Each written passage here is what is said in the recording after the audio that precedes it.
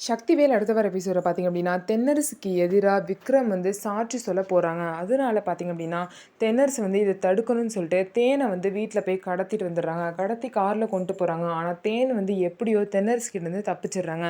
தப்பிக்கும்போது லைட்டா ஒரு வண்டி வந்து அவங்க வயிறுல வந்து இடிச்சிரும்.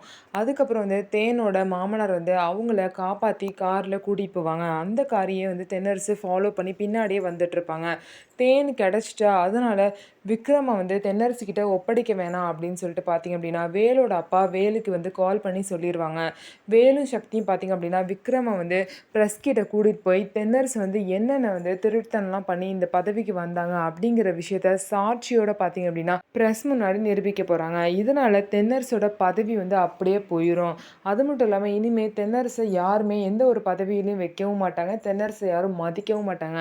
ஸோ தென்னரசோட நிலைமை என்ன ஆக போகுது? எந்த பிரச்சனையும் இல்லாம வேலுவும், சக்தியும் விக்ரம வந்து பிரஸ் கிட்ட கொண்டு போவாங்களா? அப்படிங்கிறத நம்ம வெயிட் பண்ணி பார்க்கலாம். நம்ம வீடியோ உங்களுக்கு பிடிச்சிருந்தா நம்ம வீடியோவ லைக் பண்ணிக்கோங்க. மறக்காம நம்மளோட சேனல சப்ஸ்கிரைப் அண்ட் ஹைப் பண்ணிட்டு பாருங்க.